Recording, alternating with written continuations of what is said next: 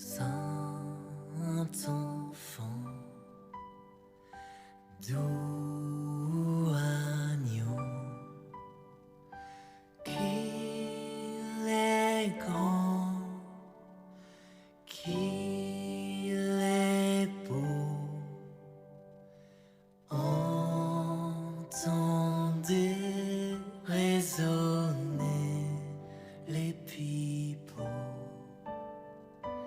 des bergers conduisant leurs troupeaux vers son humble berceau,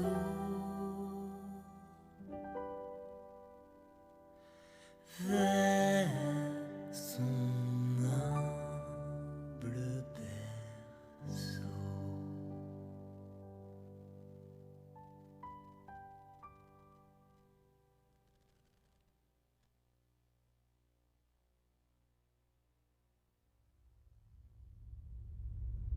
Entrons dans la nuit, en cette nuit bénie, où le salut du monde a resplendi. Entrons l'adorer, l'enfant Dieu est né, le Verbe incarné vient nous sauver. Emmanuel, Emmanuel, Dieu seul est parmi nous. Emmanuel, Emmanuel, voici l'heure éternelle.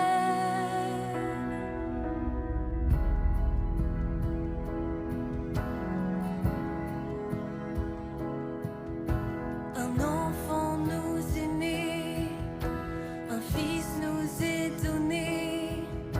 Voici venir le prince d'éternité. Unissons nos voix aux anges dans la joie. Honneur et louange à notre roi. Emmanuel, Emmanuel, Dieu seul est parmi nous. Emmanuel, Emmanuel, voici l'heure éternelle.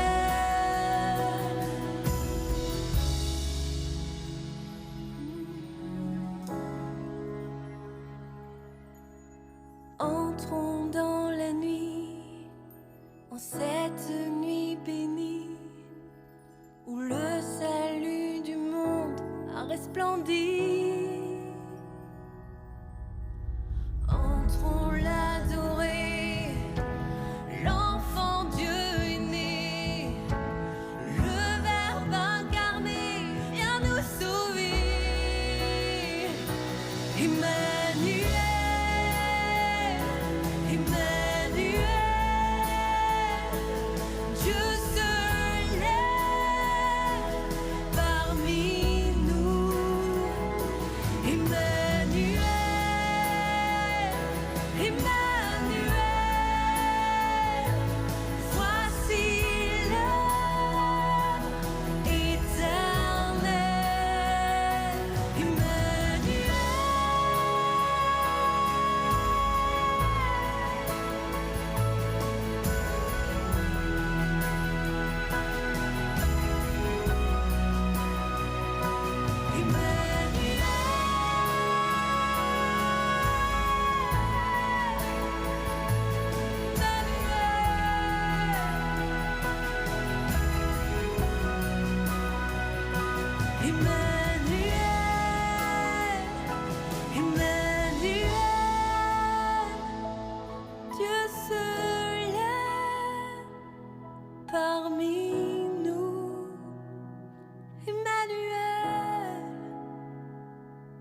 Emmanuel,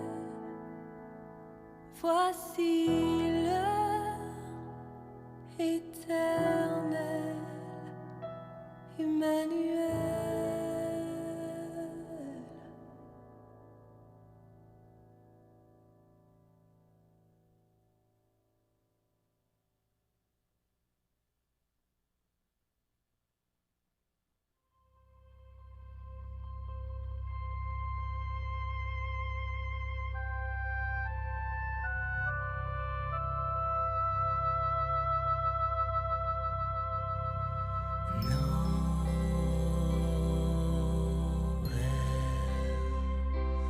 Voici l'heure de la grâce éternelle.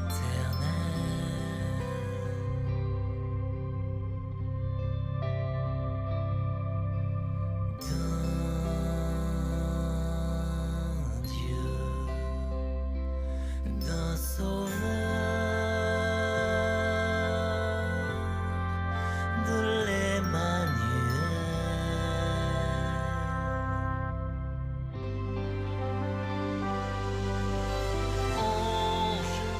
Archange, que monte notre louange.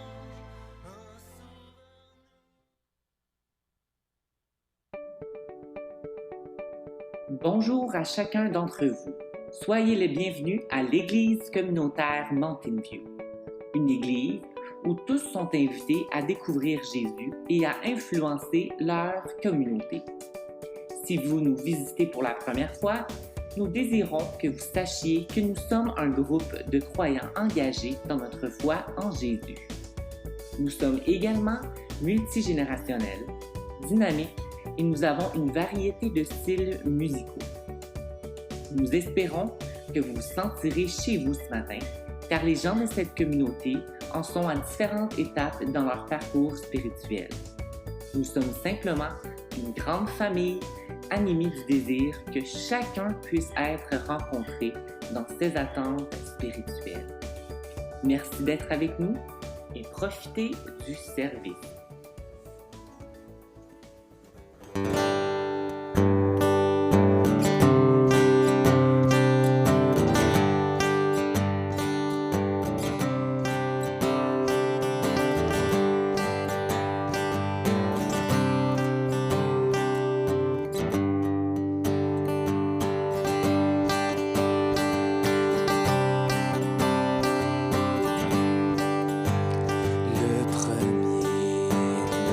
Chanté par les anges du ciel fut pour quelques bergers endormis dans les champs.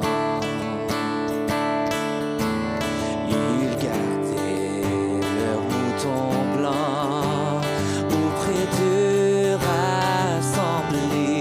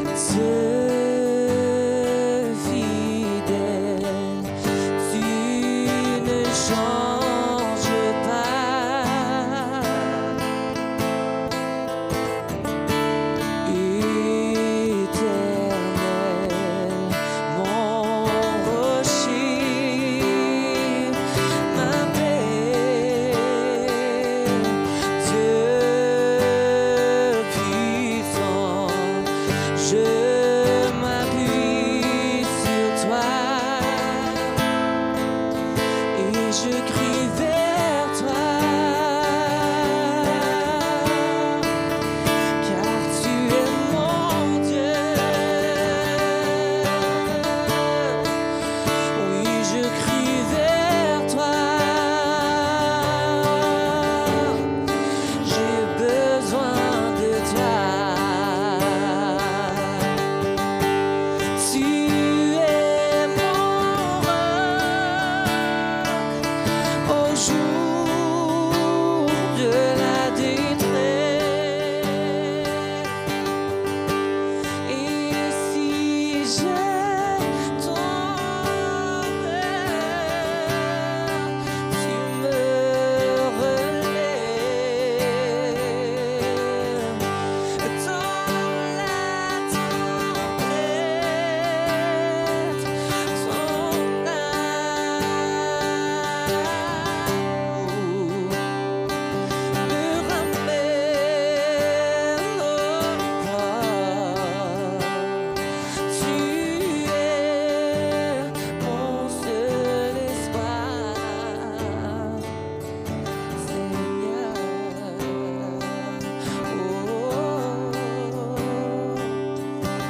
Dieu fidèle, tu ne changes pas.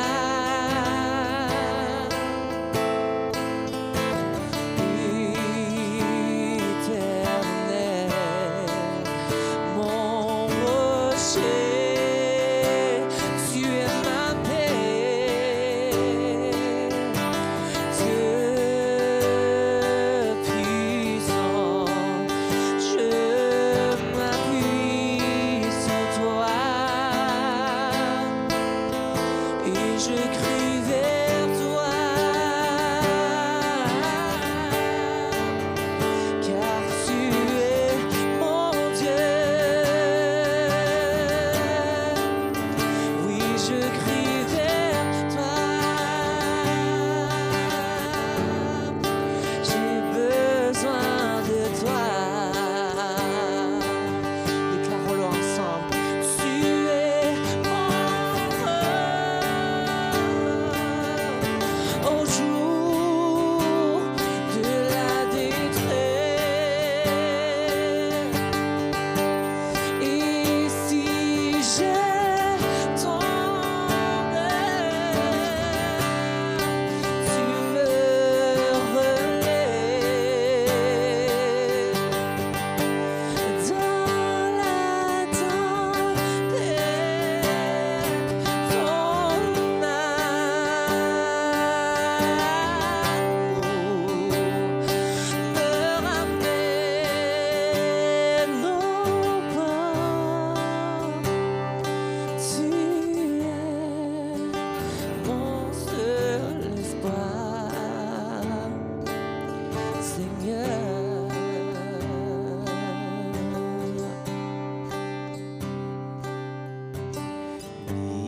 Minuit chrétien, c'est l'heure solennelle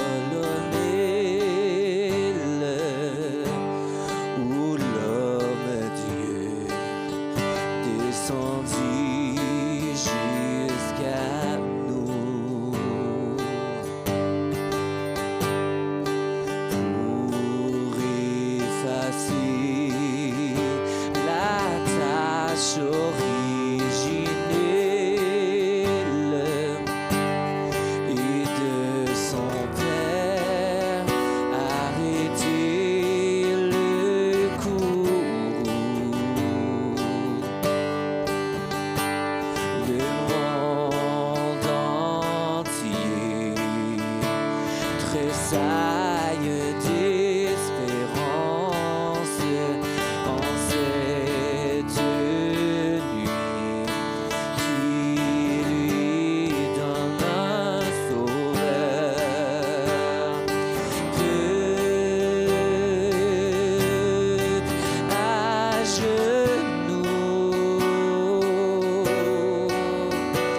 attend ta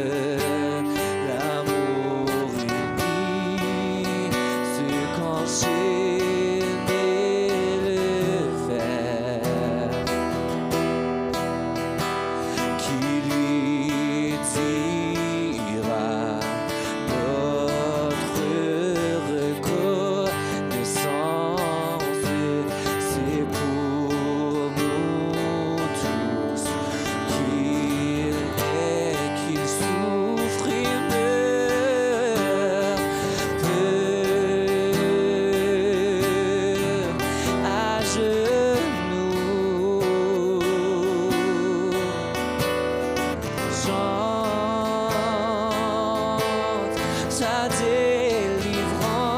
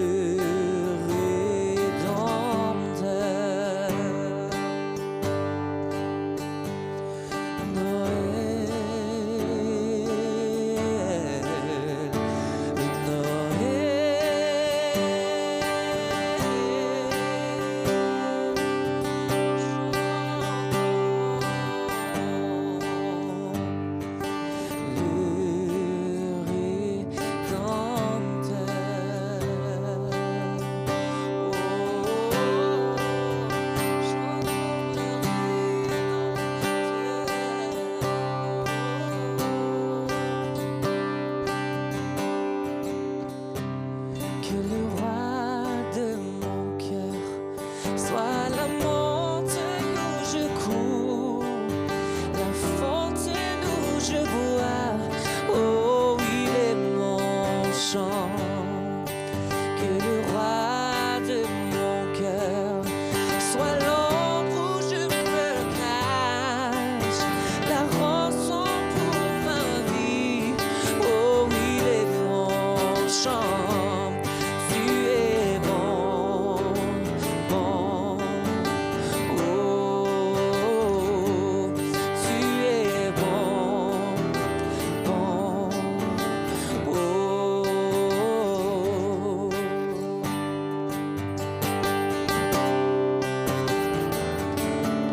Que le roi de mon cœur soit le vent dans mes voiles et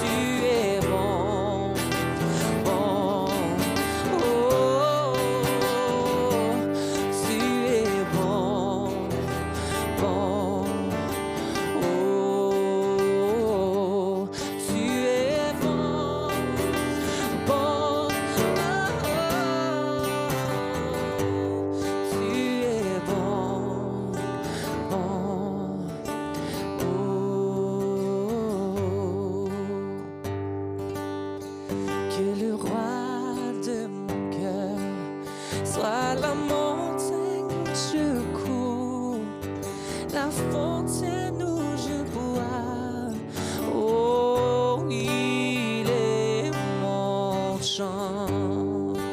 Oh, il est mon chant. Attire-moi à toi.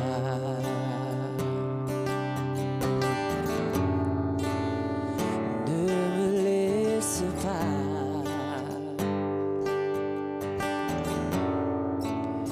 Je veux tout abandonner et restaurer notre amitié. Tu es mon désir.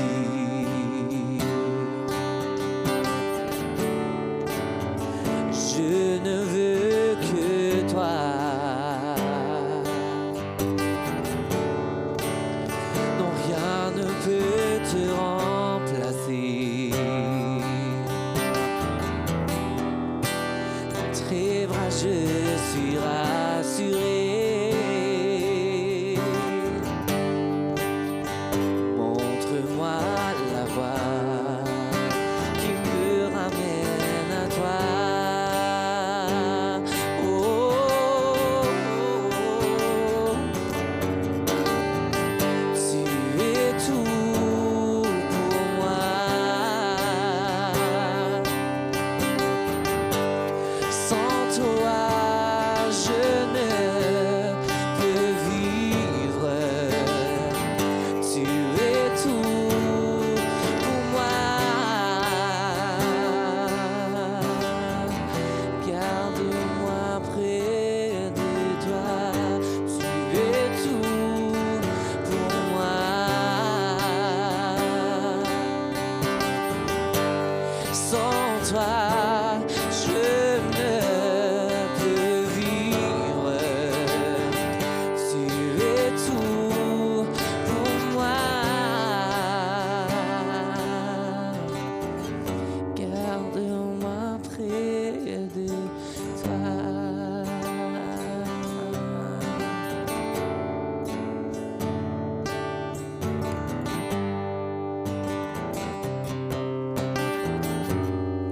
Une dernière fois, déclarons-le tous ensemble. Tu es tout pour moi.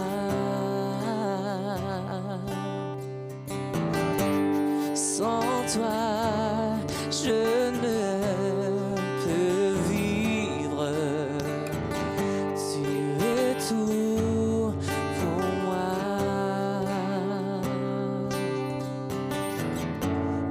Garde-moi près de toi. Oui, tu es bon, bon. Oh, oh, tu es bon, bon. Oh, oui, tu es bon, bon. Oh, tu es bon, bon.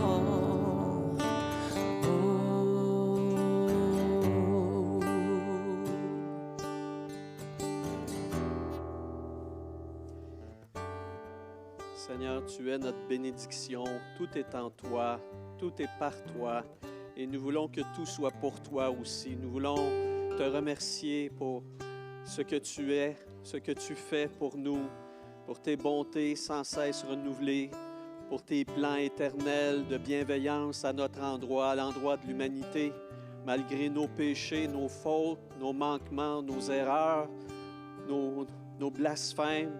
Malgré tout ce que ce monde peut être et son manque de reconnaissance, nous voyons combien ta patience est grande, ton amour est immense, que tu t'offres encore à chaque jour pour le salut, pour le pardon, pour la paix des hommes et des femmes dans cette humanité.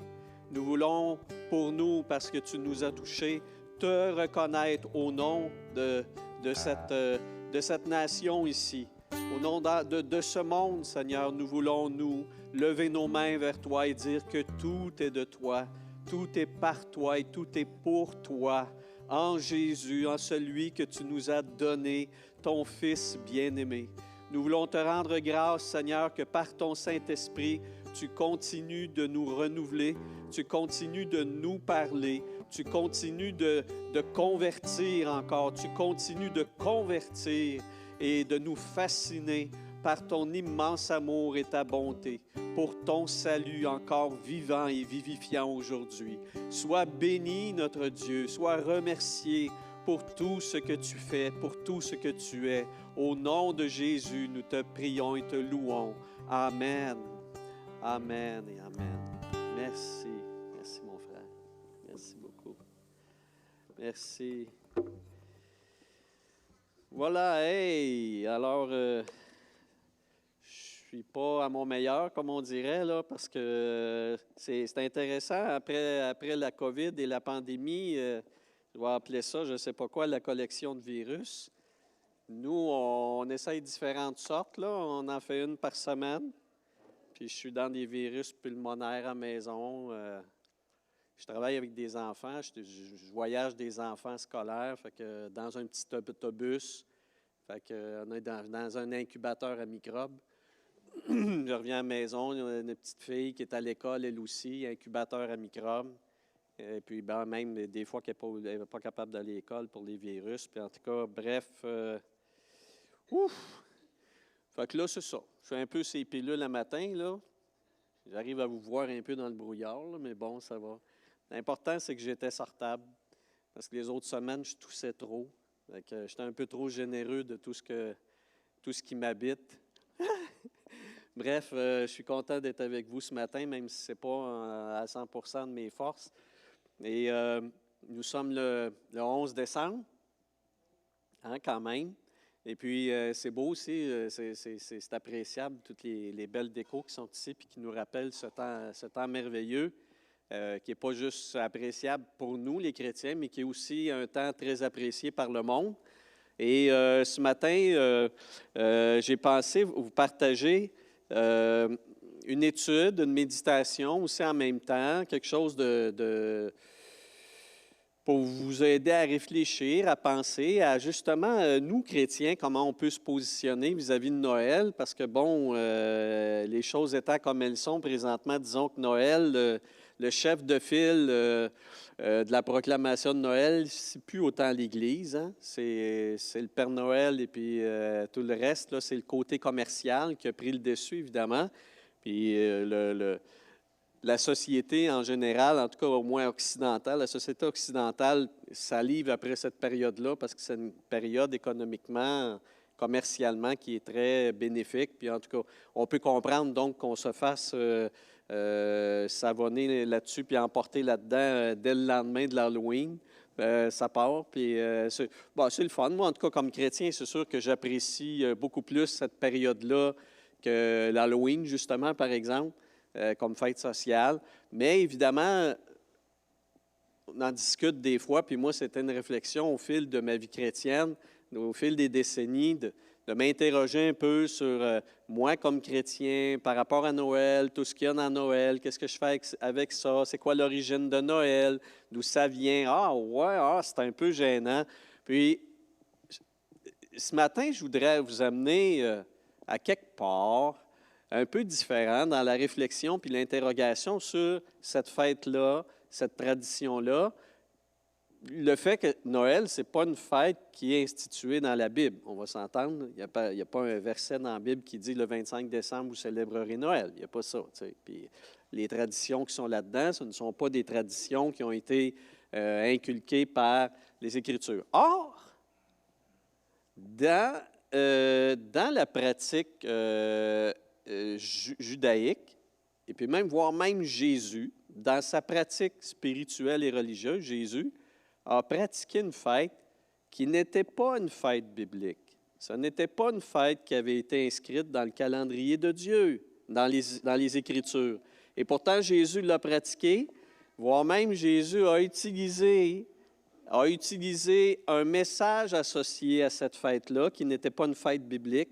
Il a utilisé une tradition associée à cette fête-là et il a prêché, comme il le faisait toujours, en faveur du royaume de Dieu. Alors, je ne sais pas si vous savez c'est quoi cette fête-là. Ça donne bien, parce que c'est une fête qui tombe à peu près en même temps que Noël. Et là, je vais demander à Camério de nous mettre ça. Noël et Hanouka. Connaissez-vous Hanouka? Hanouka, c'est une fête qui tombe en même temps ou à peu près que Noël. Et c'est une fête qui, comme vous le voyez là sur l'image, ils utilisent un chandelier à 9 branches. Bon, évidemment, il y en a 4. Il y a 4 bras à chaque bord, puis il y en a une dans le milieu, mais ça dépend des... On appelle ça, ce chandelier-là, le Hanoukia, la Hanoukia. Je vais vous expliquer d'où ça vient. Donc, Hanouka, ce n'est pas une fête qui a été instituée par Moïse. Ce n'est pas une fête qui est dans le calendrier tel qu'indiqué dans les 5 premiers livres de la loi, là, où, en tout cas dans Deutéronome, je pense, ou à différents endroits, Dieu donne les fêtes qu'Israël devra pratiquer et qui devront être perpétuelles. Hanouka, ça n'en est pas une. Et pourtant, Jésus, comme je vous dis, Jésus l'a pratiqué. Jésus n'a pas contesté cette fête-là et Jésus l'a même utilisée, comme il le fait souvent. Voilà. On va commencer par une histoire. Une petite histoire de tonton Christian. Alors, si on regarde la prochaine diapositive, Hanouka, pour les Juifs, ça réfère à des événements qui se sont déroulés quelques siècles avant Jésus, entre moins 200 à moins 150 avant Jésus. Donc, si vous voulez, autrement dit, 150 ans à 200 ans avant Jésus, le monde dans lequel les Juifs étaient avait énormément changé. Ce n'étaient plus les grands empires comme Babylone ou les Mèdes et les Perses, des trucs qu'on lit dans les textes bibliques, mais c'était d'autres puissances qui avaient pris le dessus, notamment l'Empire grec. L'Empire grec qui est vers les années 350 avant Jésus, puis l'Empire grec lui-même a éclaté en différents sous-empires, des groupes de force en Égypte, en Syrie, il y en avait un petit peu partout, bref.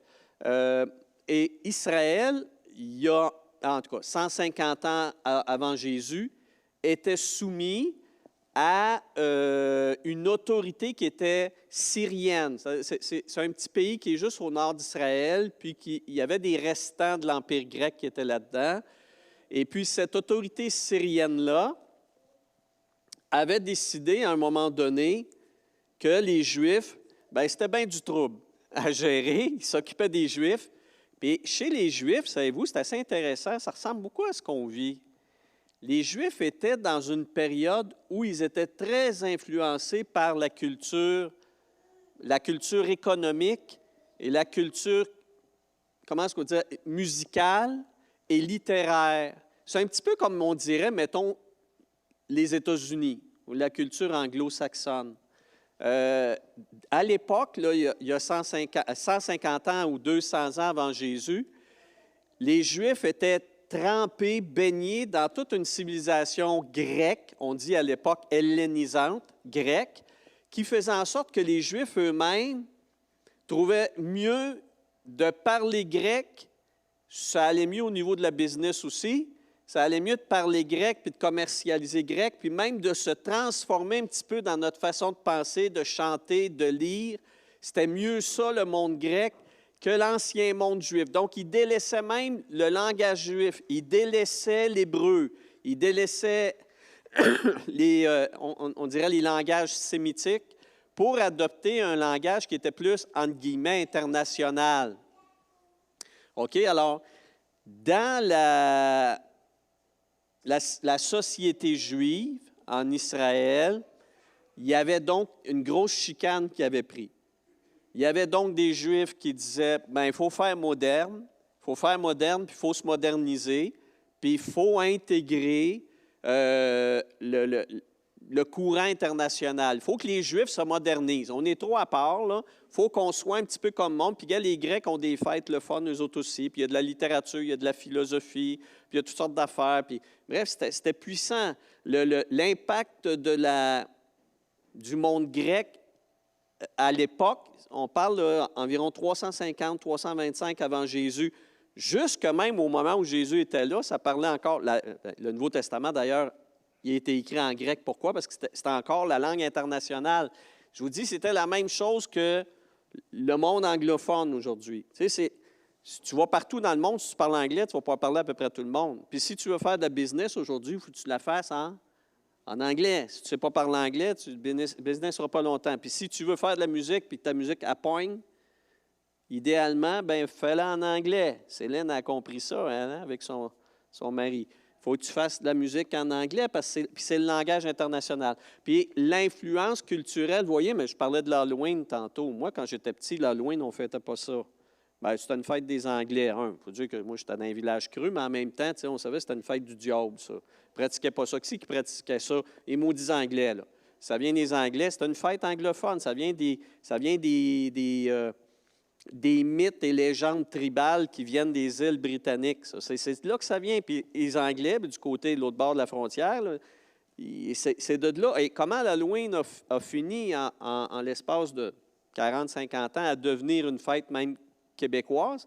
Bien, c'est à force de voir des films Halloween, c'est à force de se faire charroyer par-dessus la tête par les médias, toutes ces affaires-là sur l'Halloween, c'est rendu que, bon, moi, Québécois, qui, quand j'étais petit, je me faisais dire « pratique pas ça, c'est une fête des Anglais », c'était comme ça, bien, c'est rendu l'Halloween que c'est une fête qu'on pratique, puis bon, on peut y donner des sens gentils, mais bon, ça reste que quand même, ce n'était pas une fête qui était de culture canadienne-française. Vous me suivez? On l'a adopté. Pourquoi? Parce que la culture américaine, la culture anglophone, on baigne dedans. Puis on finit par la trouver quand même le fun, puis appréciable, puis bon, voilà. Là, c'est comme ça. Bien, à l'époque, il y a 150 ans, 200 ans, 300 ans avant Jésus, les Juifs ont vécu ça. Les Juifs étaient rendus au point où, dans la société juive, ils étaient au point de se dire « On reste-tu encore avec nos vieilles affaires de Moïse, puis avec ce calendrier-là, d'ailleurs, qui ne fonctionne pas avec le calendrier grec, etc. Où est-ce qu'on se modernise? Y est-tu pas temps qu'on se modernise? » Et il y avait une scission politique, religieuse tellement forte qu'à un moment donné, il y a même eu des guerres, des combats, puis ça brassait en Palestine. Les Juifs attaquaient des Juifs, puis il y avait des factions, puis ça allait mal. Puis à un moment donné, donc, l'autorité militaire et politique qui gérait la Palestine 150 ans avant Jésus, il y avait un monsieur qui s'appelait Épiphane IV, peu importe, là, c'est un Syrien. Lui, d'où ce qui était là, en Syrie, quand il a entendu que ça brassait, puis lui, il ne voulait pas que ça brasse parce que, bon, c'est lui qui décidait quand il y avait de la guerre, puis quand c'est un petit peuple entre eux autres, il était en train de s'entre-déchirer, il disait « Wow, wow, wow ». Alors lui, il a décidé que... Pourquoi est-ce qu'il s'ostine les Juifs qui demandent à ses conseillers lui disent « Ah, ils s'ostinent entre eux autres par rapport à la Torah, par rapport à la loi de Dieu. » Tu sais? Ah, OK, on la pratique-tu, on la pratique pas, on la pratique-tu à moitié, aux trois quarts, au tiers, qu'est-ce qu'on pratique, on pratique pas. Fait que lui, le roi de Syrie, il dit, c'est ça le problème? Ils ont dit oui. Il dit, il n'y en aura plus de problème, on va enlever la loi. Il a dit quoi? Ben oui, si c'est la loi qui fait qu'ils s'ostinent, on va enlever la loi. Alors, je décrète que c'est fini la Torah en Israël, plus de Torah, plus de pratique d'histoire juive. On va les obliger à devenir grecs, à helléniser. On va les obliger, dans le fond, à devenir de vrais bons grecs. Puis d'ailleurs, il y a un gros temple à Jérusalem. Oui. Bon, bien, le temple, il va être maintenant à Zeus. C'est pas compliqué.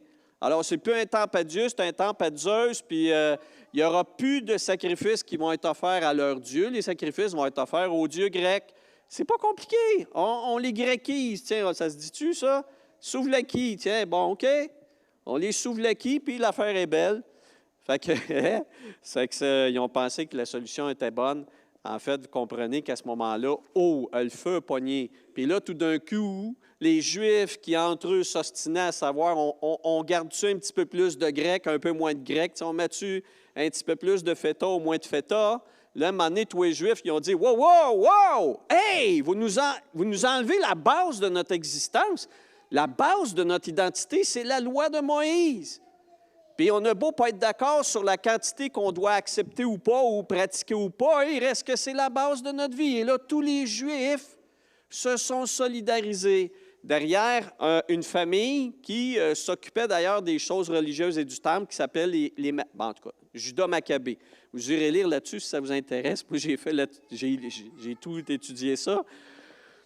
Alors, ça les a solidarisés et c'est arrivé au point où un homme qui s'appelle Judas Maccabée, qui était de la famille des grands prêtres à Jérusalem, a réussi à lever une armée juive et à jeter dehors les armées qu'on appelait séleucides, c'est-à-dire les armées syro-grecques qui, auparavant, régnaient sur Israël. C'est dingue, hein? Donc, un peuple qui était soumis à une culture, puis qui se soumettait à une armée, puis qui était soumis parce qu'ils étaient divisés. Vous m'entendez, là? S'ils étaient soumis à ces gens-là, c'est parce qu'ils étaient divisés.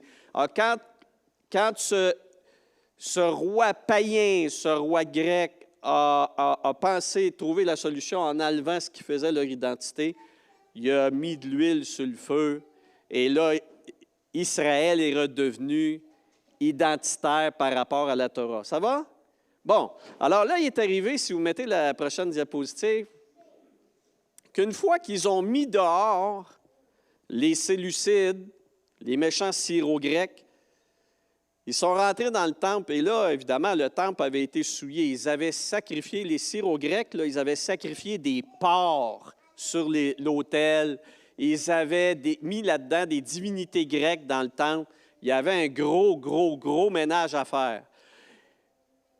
Alors là, ils ont dit, bien écoute, il faut, faire le ménage, 2, remettre en place les choses que Dieu nous avait dit de mettre dans le temple. Alors, il y avait une des choses qui était dans le temple très importante, c'était la menorah, le grand chandelier à 7 branches que vous avez sur l'image.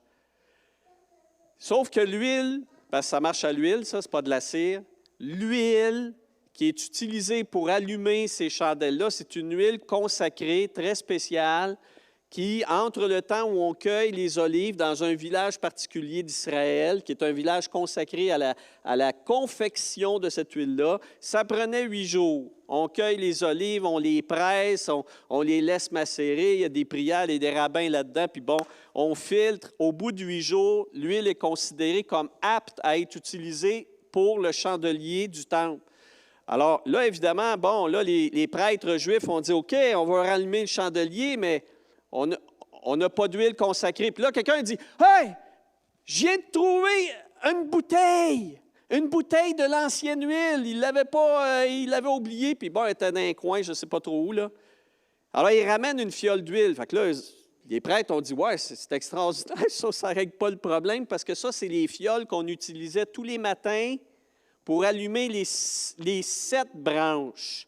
Ça vaut pour une journée. » Puis là, c'est 8 jours la préparation de l'huile.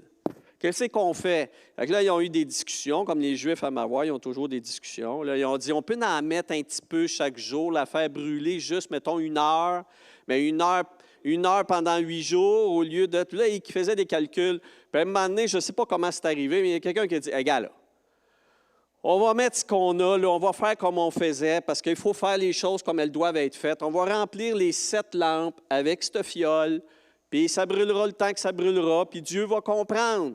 OK.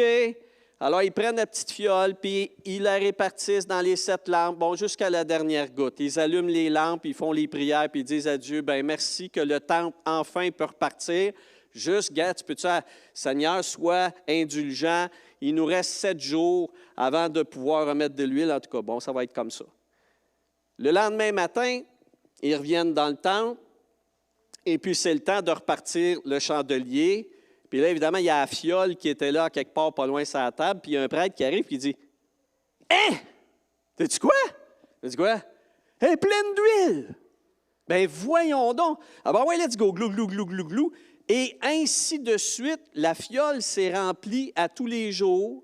Puis donc, à partir du début jusqu'à la fin, ça a été 8 jours pendant lesquels la menorah a pu briller grâce à une fiole qui miraculeusement se remplissait d'huile. Vous me suivez?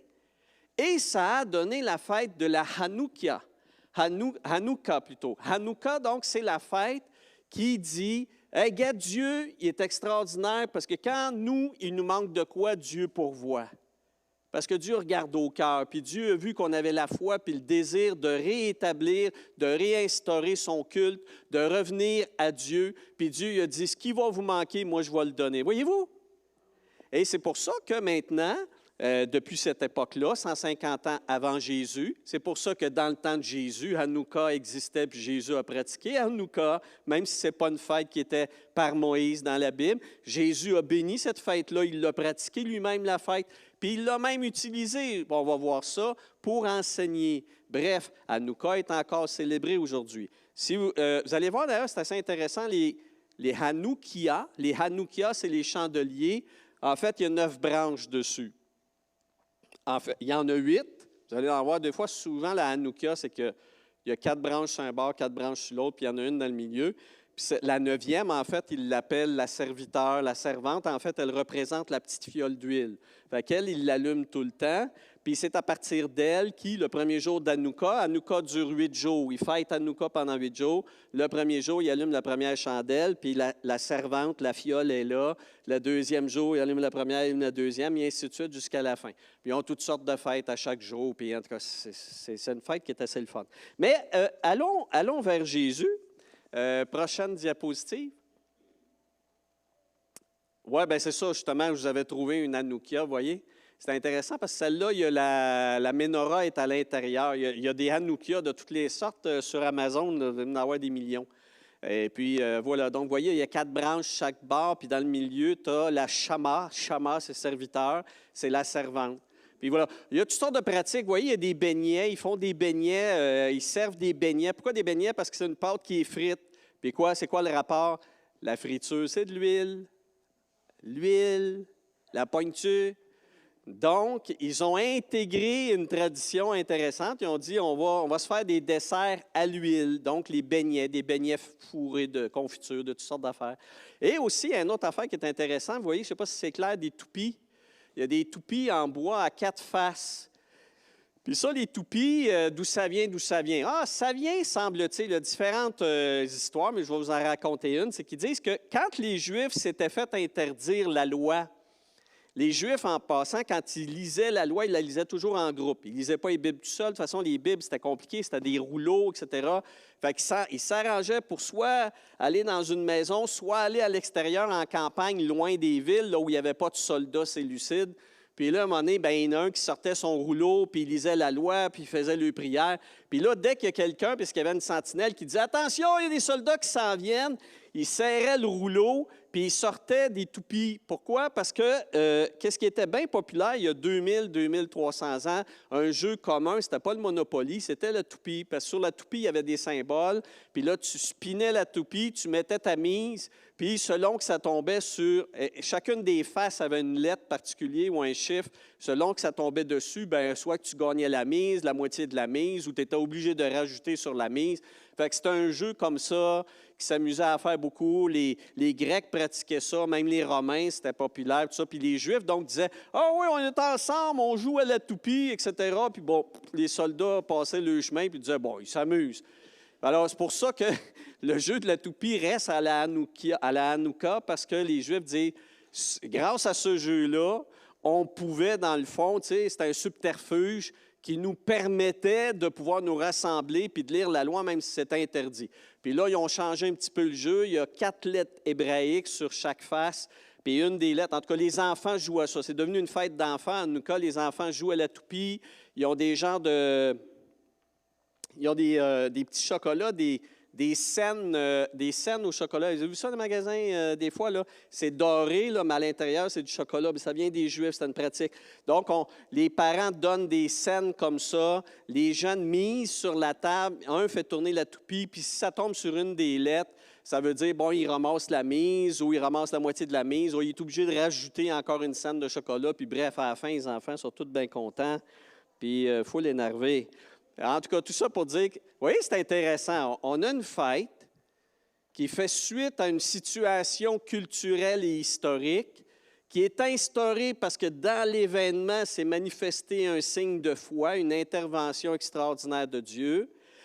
À cette fête-là vont s'ajouter de l'alimentation qui va avoir une symbolique associée, vous voyez, comme à l'huile, la friture, ou sinon des jeux qui étaient utilisés à l'époque de cette histoire-là. Bref, il y a tout un mélange de brassage, puis ça donne une fête que les Juifs aujourd'hui pratiquent encore, puis que Jésus même avait accepté. Voyez-vous?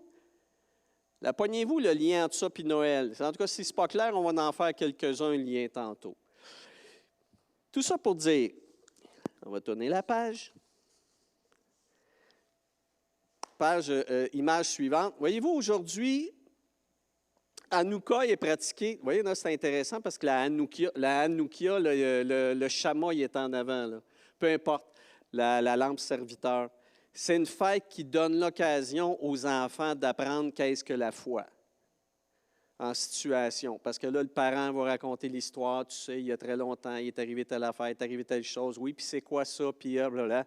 Puis c'est le fun pour les enfants. Tous les enfants juifs aiment beaucoup Hanouka, parce que aussi, chaque jour à Hanouka, bien, ils reçoivent des bonbons, ils reçoivent des cadeaux. Eux autres, ce n'est pas juste le 24 décembre au soir ou le 25 qui ont des cadeaux chez les Juifs.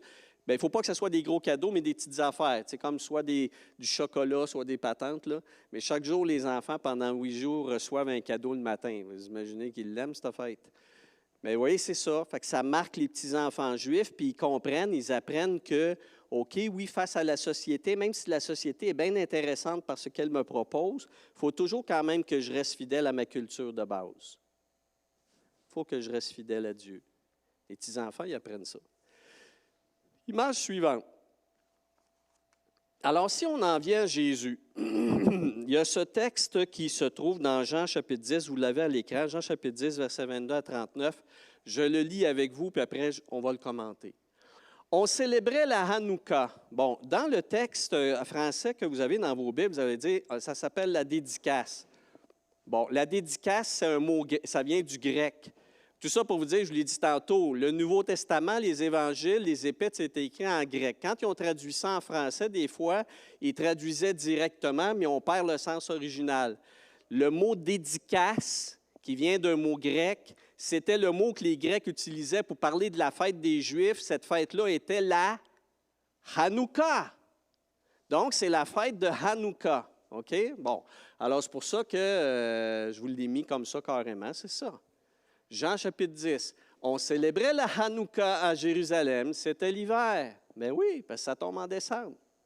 OK? Jésus marchait dans le temple sous le passage couvert, ceinturant le sanctuaire. Puis pourquoi Jésus était là spécialement? Parce que tout autour du temple, qui était une grande esplanade qui était un peu rectangulaire, il y avait le temple au milieu. Le portique de Salomon, c'était une section avec des colonnes, avec un toit, puis on pouvait mettre des tapis, si on veut, puis on pouvait chauffer. C'était un endroit où on pouvait se tenir quand il faisait pas beau. Puis vous pouvez imaginer qu'au mois de décembre, là-bas en Israël, mais c'est quand même un petit peu frais, puis il y avait des Hanoukia qui étaient là, qui brûlaient. Puis bon, donc Jésus se tient à l'endroit où, au mois de décembre, tu peux te tenir dans le temple, c'est tout. C'est pas parce qu'il y avait une autre stratégie que Jésus ne voulait pas geler, là. Il était avec ses disciples, il était là, puis il marchait, puis c'était festif. Hanouka, c'est festif. Hein? Les Juifs, tandis qu'il y avait bien du monde, évidemment, entourèrent Jésus, puis lui dirent ceci, lui demandèrent, « Jusqu'à quand, coudon, nous tiendras-tu en suspens? Si tu es le Messie, là, dis-le-nous ouvertement. » Ce à quoi Jésus leur répond, « Oui. » Jésus leur répond, « Je vous l'ai dit. Je vous l'ai dit que j'étais le Messie, mais vous ne me croyez pas. Pourtant, regardez bien, les œuvres que je fais au nom de mon Père témoignent déjà en ma faveur. Je n'aurais même pas besoin de vous le dire, dans le fond. Faites juste regarder ce que je fais, c'est un signe évident. Les œuvres que je fais, c'est extraordinaire, ça ne peut pas venir d'un autre que Dieu. Mais vous, continue Jésus, mais vous, là, vous ne croyez pas parce que vous n'êtes pas de mes brebis, car mes brebis, elles entendent ma voix. Moi, je les connais et elles me suivent. Et Jésus, enfin, termine. Je leur donne, la prochaine, s'il vous plaît. et moi je leur donne la vie éternelle. Ils ne se perdront jamais et personne ne les arrachera de ma main. Mon Père qui me les a donnés est plus grand que tout et nul ne peut les ravir de la main de mon Père. De fait, moi et le Père, nous sommes un. Et puis là, la chicane vient de pogner après ça. J'arrête ici, mais bon, évidemment, les autres ils ont dit « Hey, tu ne peux pas dire une chose comme celle-là, tu n'es pas égal de Dieu, etc. » Mais si on revient à ce que Jésus enseigne là-dedans, c'est que Jésus est en train de dire aux Juifs, je pourrais le dire 1000 fois que je suis le Messie. Je pourrais faire 2 millions de miracles autour de vous. Est-ce que vous allez croire plus? Non, parce que vous n'êtes pas de mes brebis. Vous n'êtes pas de mes brebis. Dieu m'a donné des personnes. Et ça, c'est fort dans Jean. L'enseignement dans Jean est assez clair là-dessus. Dans différents messages que Jésus a donnés, Jean, l'apôtre, va cibler des messages où il dit toujours assez clairement, « Je connais ceux qui m'appartiennent. Ils sont à moi. Dieu, j'ai gardé, Jean 17, j'ai gardé ceux que tu m'as donnés. Nul ne peut venir à moi si le Père ne lui a pas donné ce privilège-là de me connaître. » Est-ce que vous me suivez? Et c'est une leçon.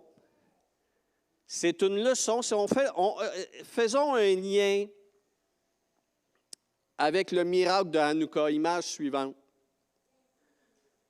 Le lien avec Hanouka, c'est que l'huile qui est symbole de Saint-Esprit et Hanouka qui est un rappel de la foi qui ose et qui se manifeste, ce que ça dit, ce que Jésus dit, c'est que de la même façon que vous avez eu un miracle qui a permis à une huile d'être là, puis de vous éclairer, puis de permettre le retour du culte à Dieu, votre retour vers Dieu. De la même façon, si vous pouvez croire, si vous pouvez avoir cette huile spirituelle-là, c'est parce que Dieu vous en donne, c'est tout. Est-ce que vous me suivez? Si le chandelier s'est allumé, c'est parce que Dieu a donné l'huile. Si vous pouvez croire en moi, dit Jésus, c'est parce que Dieu vous a donné l'esprit pour croire. Est-ce que vous comprenez? Wow! Et là, tu dis, wow! Là, Jésus va donc chercher un enseignement dans Hanouka que les Juifs ne pouvaient ignorer. Pourquoi il y a Hanouka? Il y a Hanouka parce que Dieu nous a donné son huile sainte. Dieu lui-même a pourvu pour le témoignage. Et Jésus répond d'une manière très Hanouka à ceux qui disent « Dis-nous si tu es le Messie, puis on va croire. » Puis Jésus lui dit « Non, non, non, non, non, ça ne marche pas de même. Je pourrais vous le dire que je suis le Messie, je vous l'ai déjà dit. Je pourrais faire des œuvres, j'en ai déjà faites. Vous ne croiriez pas tous, vous ne croiriez pas plus, parce que ça prend l'huile sacrée de Dieu pour croire. La foi, c'est Dieu qui la donne. Amen. La foi, ce n'est pas une œuvre. Oh, ouais, attention, la foi, ce n'est pas une œuvre. La foi, c'est un don. Et ça, des fois, même dans les milieux chrétiens, j'entends des affaires comme si on pouvait générer la foi. On entend ça aussi dans le monde. Les gens disent, tu sais, si Dieu nous dit « aie foi », Jésus l'a dit d'ailleurs « aie foi », ce qu'il dit, c'est d'activer ce que Dieu donne. Des fois, ce qui est là, allume. Allume. Tu sais, l'électricité là, dans la maison, là, les interrupteurs, pour ne pas dire les switches qui sont là. Même quand la switch est à off, l'électricité est dans la maison quand même. C'est que tu dois l'activer. Tu mets ça, tu l'ouvres, tu mets ça à on. Et Jésus, des fois, quand il dit à ses disciples « Ayez foi en moi », c'est le potentiel est là. Dieu vous a choisi, mes petits amours. Là, vous êtes mes amis. Si vous êtes là, vous êtes des miens. Allumez, s'il vous plaît. Pouvez-vous mettre la switch à on, les boys? C'est ça. Bref, alors la foi est un don de Dieu. Jésus fait un parallèle entre la provision miraculeuse de l'huile à Hanouka et le fait de recevoir de Dieu l'esprit de la foi. Wow! Alors, vous voyez, c'est intéressant. Image suivante. Comment Jésus, donc, Dieu aime les fêtes qui allument la foi. Pourquoi Jésus va intégrer cette fête-là? Pourquoi Jésus n'a pas dit « Hey, Hanouka, ce n'est pas une fête qui est dans les Écritures, là, ça. » Mais Jésus, non, Jésus utilise cette fête-là parce qu'il sait que c'est une fête qui parle de la foi. Et Jésus va utiliser ça dans son enseignement. Alors, la question est, prochaine image, est celle-ci maintenant, parce que, bon, il faudra quand même parler de Noël un peu.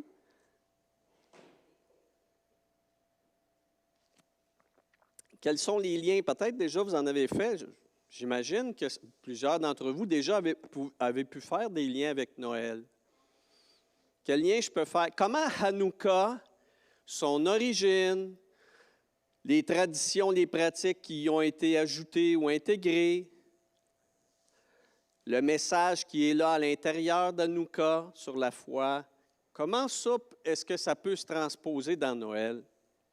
Vous voyez, ça aussi, c'est intéressant. Alors, parlons à ce moment-ci de la période qui a amené à la création de Noël. Alors, si on part de Jésus, on va faire ça vite là, dans la machine à voyager dans le temps. Alors, Jésus est avec ses apôtres, Jésus monte au ciel, le Saint-Esprit descend pas longtemps après, et là, les disciples se répandent dans l'Empire romain, puis même ailleurs. Et là, le christianisme va grandir.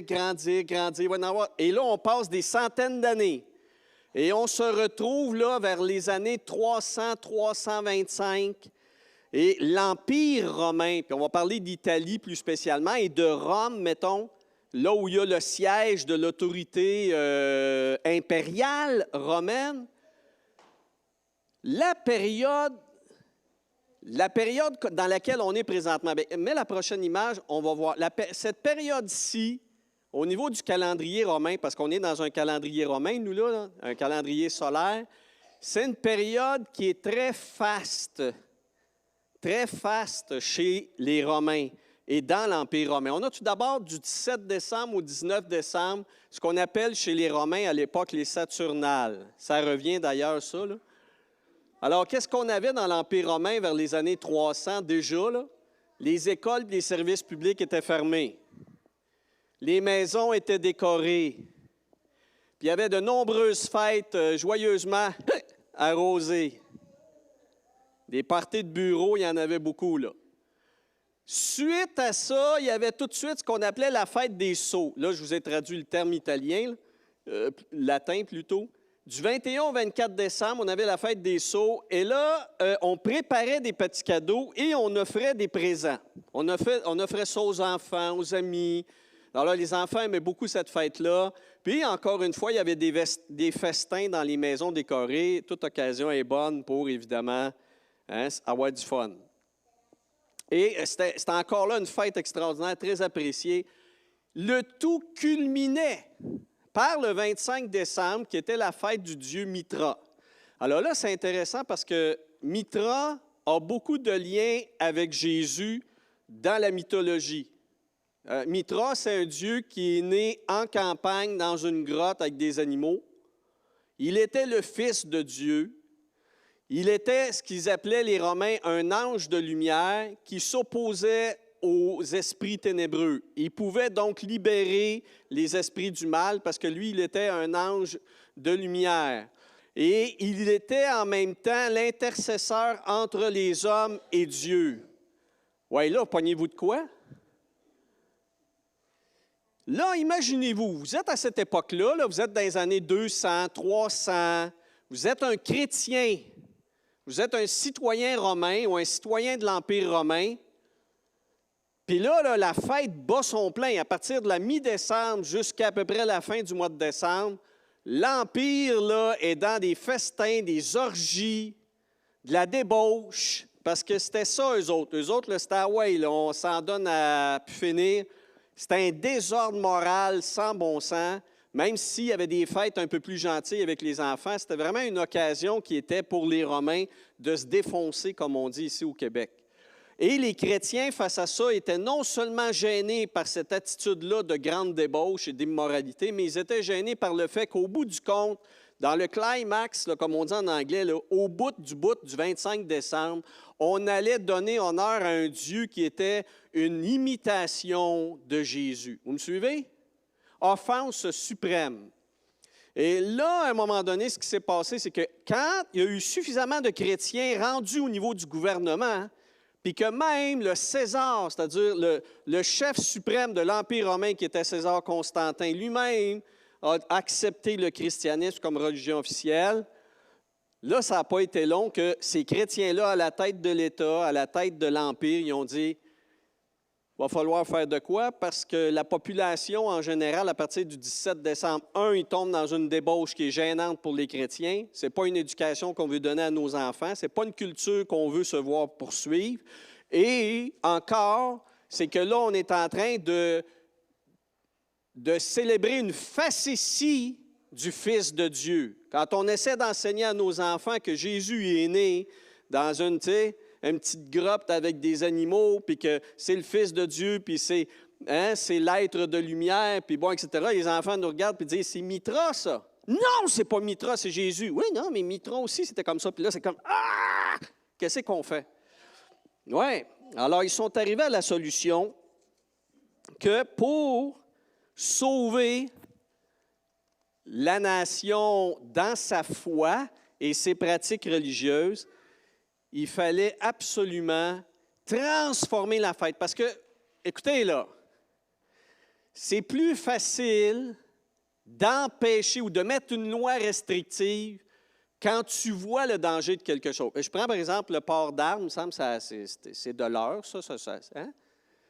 C'est plus facile pour un gouvernement à intervenir dans la légifération, la limitation de la possession d'armes, quand tu peux, à côté, mettre des éléments négatifs que ça l'entraîne. Vous me suivez?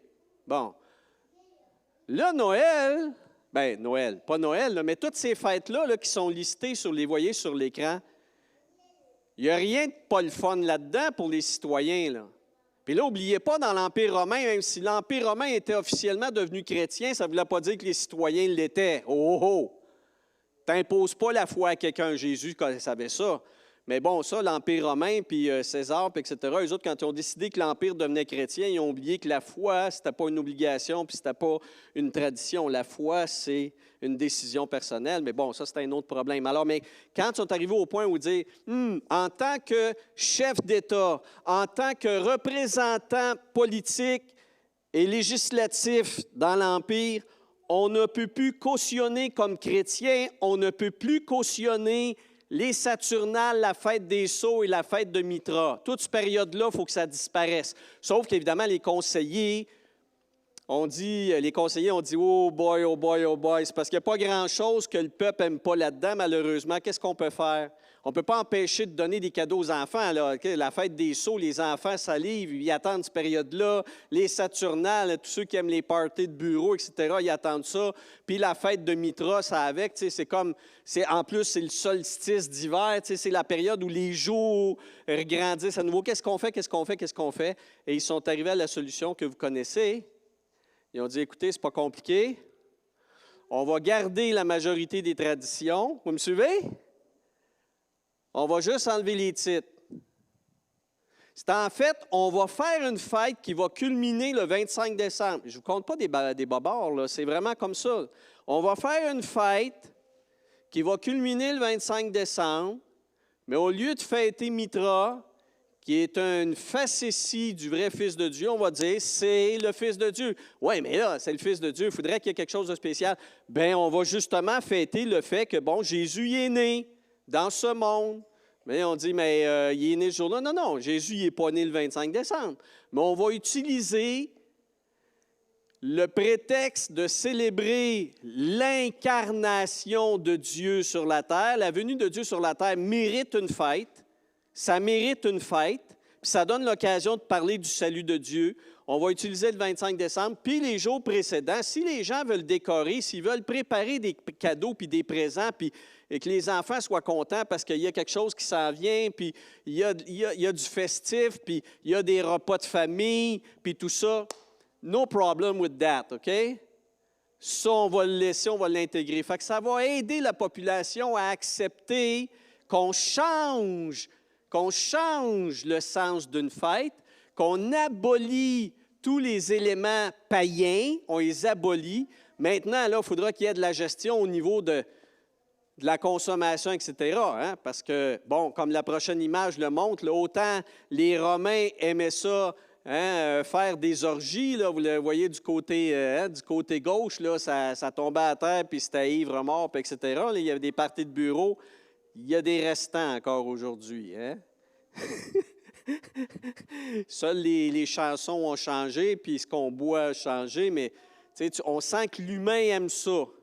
Bon, ça, c'est un peu difficile, puis ça ne changera jamais. Ça ne changera jamais. On ne pourra jamais empêcher le monde à un moment donné d'avoir des débordements, puis des abus, puis de l'avidité pour ce genre de choses-là. Ça ne changera jamais. Mais, vous voyez, le sens, l'idée, c'était, on pense aux autorités chrétiennes dans les années 325 à 350, parce que c'est là que ça s'est négocié, que ça s'est décidé. L'idée, c'était, il faut qu'on mette le témoignage de Dieu en avant. Et c'est là où on retrouve un petit peu le sens d'Hanouka, vous voyez?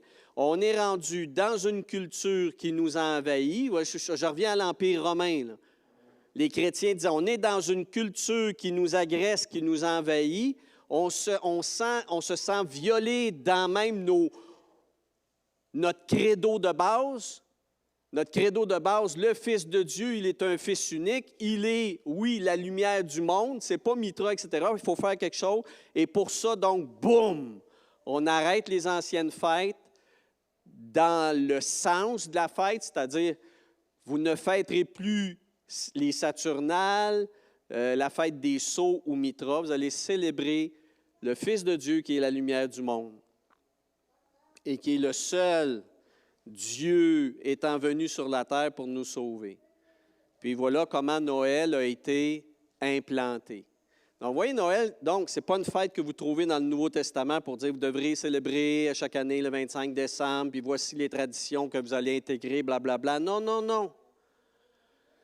C'est un peu comme Hanouka. C'est une intervention des autorités pour nettoyer, purifier un contexte religieux du peuple de Dieu qui était mélangé dans de la culture païenne, puis de dire, ôtez-vous de là, on met la vérité, on met le vrai récit de Dieu, on met la foi en Dieu comme prioritaire dans notre pratique sociale, si on veut, là, ou comme peuple de Dieu. Et Noël, même les historiens disent, ça a été long avant que Noël soit accepté par la société dans l'Empire. Ils disent que ça a pris même une centaine d'années avant que vraiment Noël, là, 25 décembre, dans l'Empire romain, avant que Noël ait fait oublier Mitra, les Saturnales, la fête des Sceaux, parce qu'il y avait encore des Romains, ceux qui avaient connu ça depuis leur enfance. Là. Eux autres disaient, on n'a rien à faire, nous autres avec Jésus, là, on va continuer. Mais en tout cas, le gouvernement romain chrétien empêchait ce genre de choses-là, mais ça a pris une centaine d'années. Mais rendu aux années 400, si on veut, ça avait fonctionné, c'est-à-dire que décembre, et toute cette période-là, maintenant au 25 décembre, était maintenant consacrée à Jésus, consacrée à l'incarnation et à tout ça. Puis nous, 2000 ans, bien pas 2000 ans après, parce que bon, il faut enlever 400 ans, 1600 ans après, hein, un millénaire et demi après, où est-ce qu'on en est?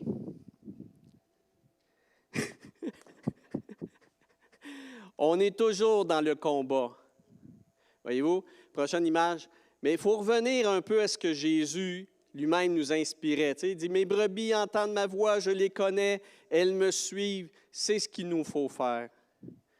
Je conclue un peu là-dessus parce que pour le reste, ça reste de la méditation, ça reste de la prière et de la réflexion.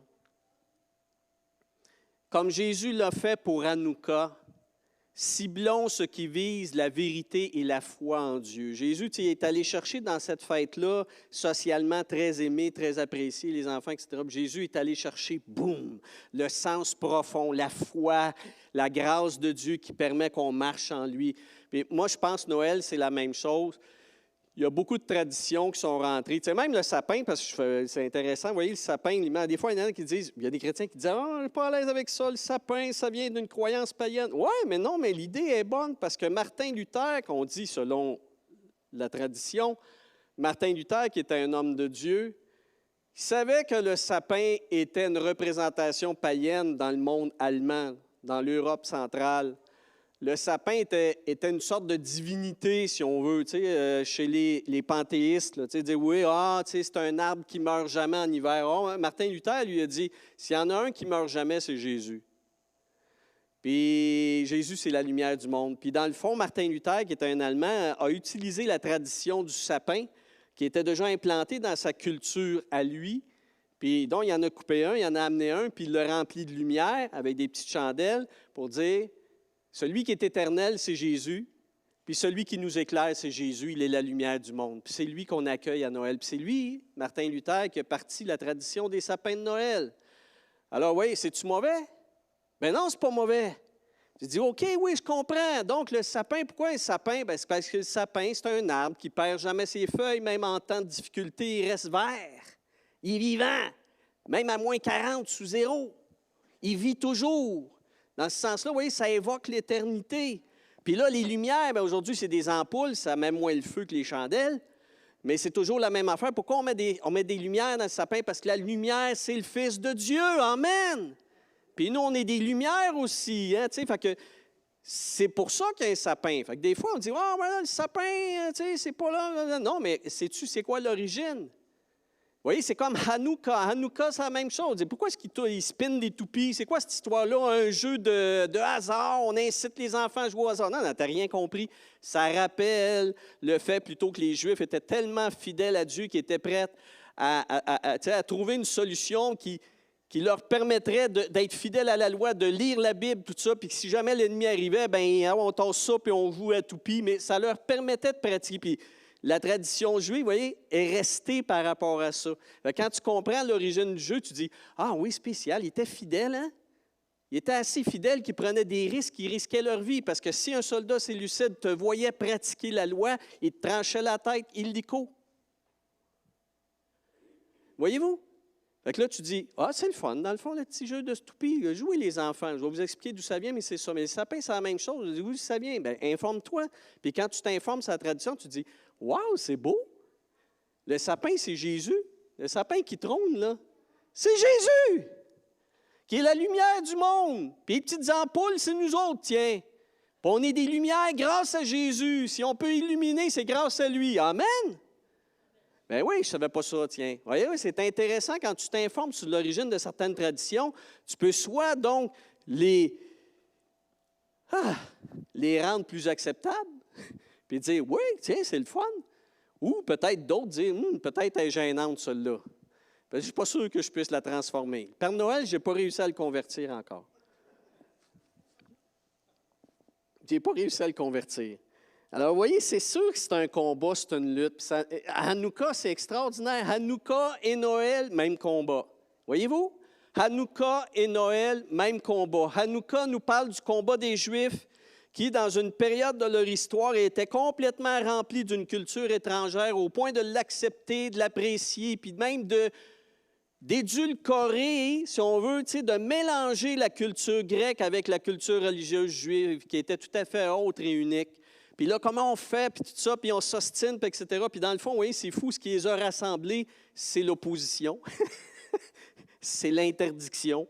Puis là, ils se sont rendus compte que l'essentiel, c'était pas de dire on accepte-tu, l'essentiel, c'est de dire on revient à la loi de Dieu, parce que c'est le témoignage de Dieu qui est plus important que tout. Wow, c'est bon ça. Noël, c'est la même chose. On aurait le goût des fois, moi j'aurais le goût des fois quand je regarde tout ça, puis je vois ce que ça donne. Il y a eu des temps dans ma vie, je l'avoue, où je me disais, j'aime pas Noël. Moi, j'aime pas Noël. Parce que je voyais trop de paganisme là-dedans. Il y a trop de paganisme, il y a trop d'autres choses à côté de Jésus. Puis c'est rendu évidemment que Jésus, il est sous des couches et des couches de commercialisation, puis de tradition par rapport, etc. Puis ça devient gênant à un moment donné. Mais Hanouka me dit, non, il y a moyen que tu redresses la foi. Il y a moyen, Christian, que tu retrouves le sens, le point central et que tu reviennes à Jésus. Tu peux revenir à Jésus. Tu peux manifester Jésus, puis ce qui n'est pas bon, enlève-les, mais reviens à Jésus. C'est beau, hein? C'est ça qui est intéressant. Hanouka, à ce niveau-là, nous parle Voilà, dernière image, on termine avec ça. Ne nous laissons pas emporter par les coutumes et les mythes qui masquent le vrai message. C'est ça, dans le fond, la leçon. C'est ça la leçon que je voulais vous partager en ce 11 décembre, qu'on puisse être inspiré, à l'aise avec le fait que Noël, des fois, ben, ça peut être gênant, ça peut être tannant, puis des fois, on ne le sait pas trop. Mais Noël, si Noël me ramène au message de vérité qui est dedans, puis qui a été placé là par les pasteurs, par les dirigeants chrétiens, il y a 1500, 1600 ans, qui ont dit, il faut vraiment ramener ça sur Jésus, il faut en rester avec lui, il faut manifester notre foi, il faut résister. Il faut résister. Bien, moi, c'est ce que le Seigneur me dit là-dedans. Le Seigneur me dit de résister, de ne pas jeter le bébé avec l'eau du bain, de ne pas tout rejeter de Noël parce que c'est rendu païen, parce que c'est rendu commercial, parce que c'est rendu ci, c'est rendu ça. De revenir à dire, non, Noël, c'est la fête du Fils de Dieu qui vient parmi les hommes. Ça va toujours rester ça. Puis oui, il y a un sapin chez nous parce que moi, j'en connais le sens. Puis d'utiliser les différents éléments pour garder la foi ou communiquer la foi. Voyez-vous? C'est ça qu'il nous faut. Il nous faut, je pense, comme chrétiens, donc pas être trop drastique, mais faire comme les Juifs ont fait, puis qu'Hanouka nous donne aussi de faire, de dire il faut revenir à l'essentiel, il faut revenir à la lumière, puis il faut la manifester dans un monde qui est mélangé. Que nous ne soyons pas mélangés, nous. Amen. Amen. Prions ensemble. Seigneur, merci de nous regarder aujourd'hui comme tu as regardé tes fidèles au fil de l'histoire. Au fil des temps, Seigneur, tu as vu tes enfants lutter contre des cultures envahissantes. Et comme les Juifs de l'époque grecque, hellénistique, Seigneur, nous-mêmes, on se sent emportés par ces vagues de mélange de croyances, de mythologie, le Père Noël, etc., puis tous ces sens que le monde, la société veut donner à Noël, sans que ce soit nécessairement négatif. Seigneur, on se sent emporté, puis même, voire même éteint. On sent notre témoignage éteint à travers cela. Et Seigneur, je te remercie parce que dans l'exemple du peuple juif, dans cette fête de Hanouka, qui est une fête de retour au témoignage central par la foi, Seigneur, fais un miracle en notre génération. Fais un miracle dans notre vie à nous. Fais en sorte que le rayonnement soit retrouvé, que ta foi, cette foi que tu nous as donnée en Jésus, qu'elle se rallume en cette période et que nous manifestions par notre bonheur de foi, que nous manifestions combien Noël est encore plus merveilleuse quand Jésus est le centre de cette fête-là. Oh Jésus, sois béni. Merci Jésus d'être encore avec nous aujourd'hui et que par ton Saint-Esprit, ton témoignage soit fort en nous, dans tes enfants. Tu es la lumière, la source de la lumière et que nous puissions nous aussi rayonner dans ce monde pour ta gloire et la gloire de ton Père. Amen. Amen. Soyez bénis. Alors, on se revoit, Dieu voulant, dimanche prochain. Il y a plein de choses dimanche prochain qu'on va vous rappeler, non? En tout cas, il y a il y a une tablette qui est là en arrière pour le repas communautaire que nous aurons. Si vous voulez juste indiquer, si vous l'avez à cœur, de participer au repas communautaire, parce que de nouveau, on peut partager ce qu'on fait. Oui, il y a les offrandes aussi. Juste aller placer votre nom et indiquer ce que vous voulez apporter. Évidemment que ce soit complémentaire à ce qui a déjà été décidé. Juste pour pas qu'on mange juste de la salade verte, là, bon. Il manque peut-être des desserts. Alors, Seigneur, merci aussi pour ta provision, pour les offrandes. N'oubliez pas de les partager. Il y a l'endroit pour cela. Que le Seigneur vous bénisse et merci. Merci pour son témoignage qui est toujours en nous par son Saint-Esprit. Amen. Amen.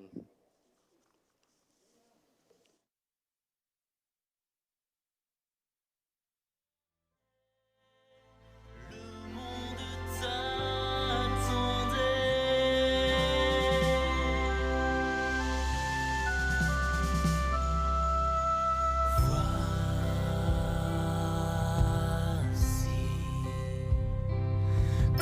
cette heure sur la paille endormie.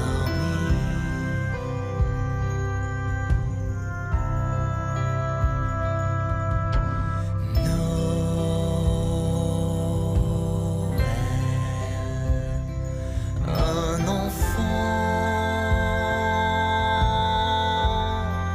poussera un cri.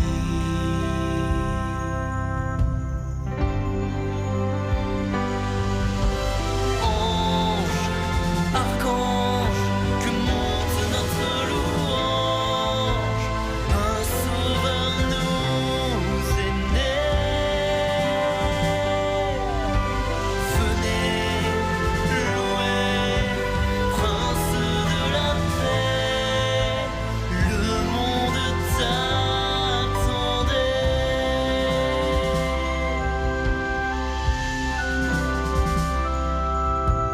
Par la Vierge Marie vient naître aujourd'hui l'amour.